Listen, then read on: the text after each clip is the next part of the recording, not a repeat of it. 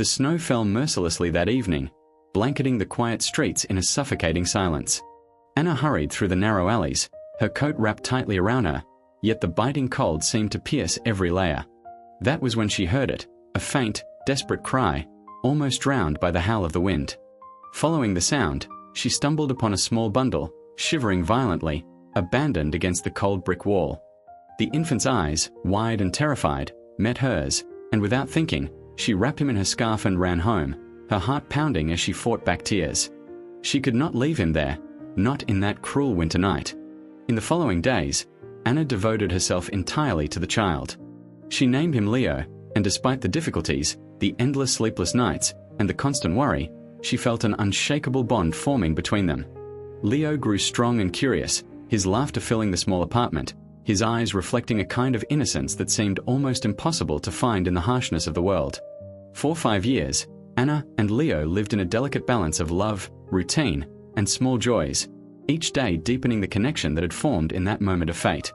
Then, one evening, as Anna sipped her tea and Leo played quietly in the living room, a news report flickered on the television.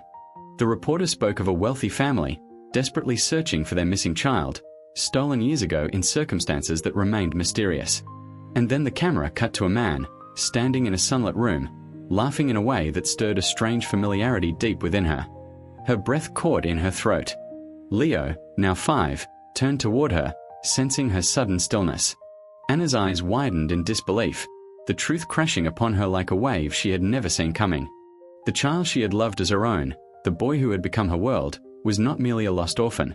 He belonged to a life of wealth and power, a life she had no right to intrude upon. Anna could not move. Her hands trembled, the cup of tea slipping slightly in her grasp. The world around her seemed to blur as the reporter continued to speak, giving details that made her heart pound faster.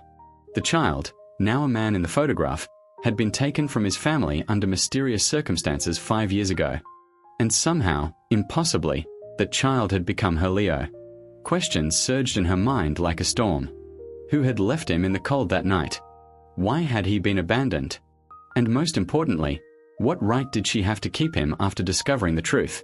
Leo, oblivious to the tension, laughed at a small wooden toy, the sound echoing like a fragile bubble in the thick air of dread that now filled the room. Anna knelt beside him, wrapping her arms tightly around his small shoulders, feeling the warmth of his trust, of his unquestioning love. She had nurtured him, protected him, lived every day for him, and now the world seemed to demand she give him up. The thought tore at her heart.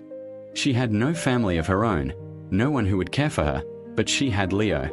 He was her son in every way that mattered. And yet the voice of reality, cold and insistent, whispered that she could not escape the truth. For the next few days, Anna tried to ignore the story, tried to shield herself and Leo from the unavoidable consequences. But the news had already spread, and soon calls came, official inquiries, questions she could not answer, and people who claimed to be Leo's relatives. Each conversation was a blade, cutting through the fragile life she had built with him. She realized she could no longer hide from the truth. A choice awaited her: to fight, to resist, or to surrender to the circumstances that destiny had cruelly thrust upon them. One evening, after putting Leo to bed, Anna sat by the window, watching snow fall in lazy patterns across the city. She remembered that first night, the unbearable cold, the helpless cry of a child. She remembered wrapping him in her coat and promising silently that she would never let harm come to him.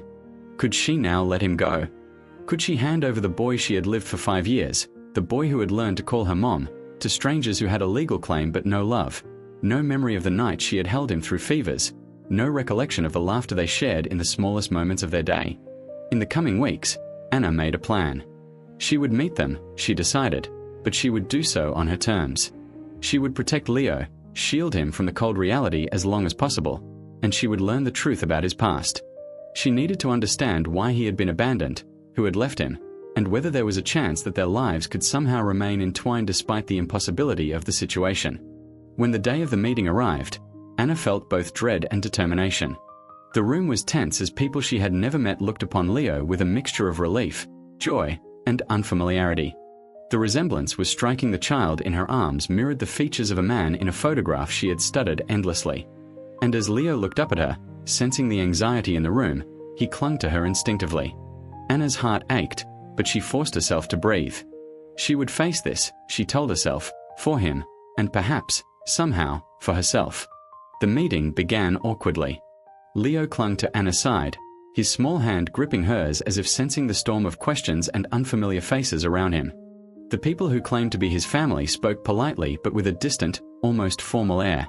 They told stories of wealth, of privileges, of a life that Leo had been denied, and Anna listened, her chest tightening with every word. She wanted to shout, to run away with him, to tell the world that he was hers, but she remained calm, masking the turmoil inside. Leo, for his part, was confused. He had never known another home, another life beyond the walls of the apartment Anna had made warm and full of love. He looked between her and the strangers, sensing the tension but not understanding its source. Anna knelt down to his level, whispering that everything would be okay, that she loved him and that she would always protect him. His trust in her was complete, unshakable, and it gave her a strange courage, even in the face of impossible odds. Days turned into weeks as the legal process began. Anna found herself in offices with stern-faced officials, listening to discussions about custody and rights, her mind whirling. They spoke of DNA tests, of formal adoption procedures, of documents that would erase her name from Leo's life. And yet, every time she saw his eyes, wide with innocent curiosity, she knew that no piece of paper could sever the bond they shared. One night, after a particularly grueling day in court, Anna and Leo returned to their apartment. The city outside seemed indifferent, lights flickering in the distance as snow continued to fall. Leo climbed onto her lap, resting his head against her shoulder, and Anna held him tightly. She realized that her love for him was not just maternal, it was fierce, all-consuming, and she would fight to protect it. But the thought of losing him, of having him taken away, made her feel helpless in a way she had never felt before. In the following months, Anna began to uncover fragments of Leo's past. She learned that he had been born into a wealthy family torn apart by secrets, greed, and desperation. The circumstances of his abandonment were more sinister than she could have imagined. Someone had deliberately left him to disappear into the streets, away from the family that had wanted him for reasons Anna could not yet fully understand. Each revelation only deepened her resolve. She would not let Leo be a pawn in someone else's game. At the same time, she faced the relentless pressure of society, the judgmental eyes of neighbors, and the unspoken accusations from strangers who could not understand the depth of her attachment. But Anna did not falter.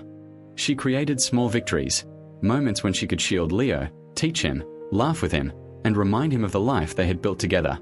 She became more than just a guardian, she became a strategist, a protector, a mother who would go to any lengths to preserve the fragile world they shared. Leo, unaware of the full complexity of the situation, thrived in Anna's care. He learned to read and write, explored the tiny mysteries of the city around them, and discovered the warmth of love that was unbroken by wealth, status, or law. And yet, Anna knew that a reckoning loomed. One day, the truth would demand a confrontation, a decision that could shatter the fragile peace they had nurtured. She steeled herself for the moment when she would have to fight not just for custody, but for the right to be the mother in the only way that mattered, through love, devotion, and sacrifice. The first lead Anna followed was a small, nondescript office in a forgotten part of the city. She walked the narrow hallway with Leo in her arms, the boy asleep against her shoulder, unaware of the tension that clung to every wall. Inside, she met an elderly clerk who remembered fragments of the case, documents lost, reports buried, whispers of a deliberate abandonment. Each piece of information added to the puzzle, revealing a tangled web of betrayal, greed, and fear. Anna realized that Leo's disappearance had not been an accident. It had been orchestrated, and the people responsible were still powerful, watching, waiting. Night fell as Anna returned home, exhausted but determined. She laid Leo down in his bed, watching him breathe in peaceful sleep, and made a silent vow. She would uncover every truth, expose every secret, and ensure his safety, no matter the cost. The following days were a blur of research, clandestine meetings, and careful questioning. Each revelation drew her closer to a dangerous circle, people who would not hesitate to act if they perceived a threat.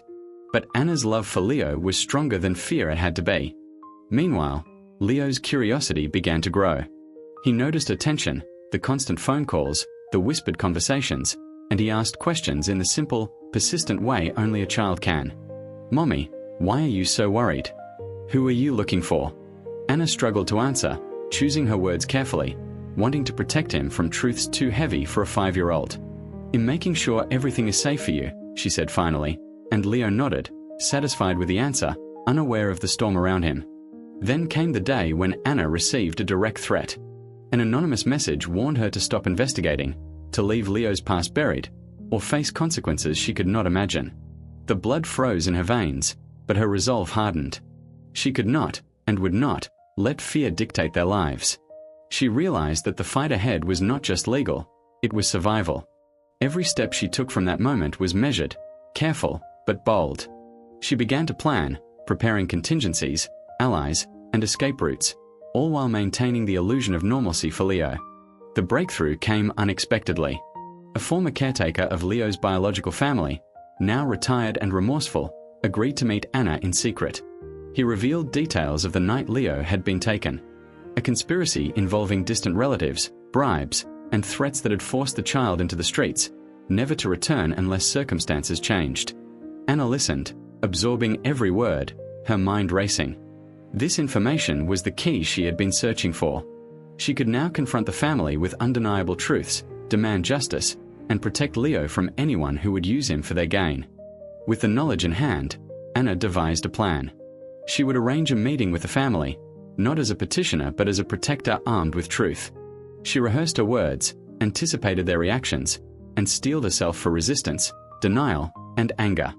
Leo, sensing her preparation but not fully understanding, clung to her side, his trust unwavering. "Mommy, we can do it together," he said simply, and Anna smiled through the fear, feeling the weight of her promise renewed. The confrontation was dramatic and tense. Anna presented evidence, documents, and witness accounts, laying bare the conspiracy that had stolen Leo from his rightful home.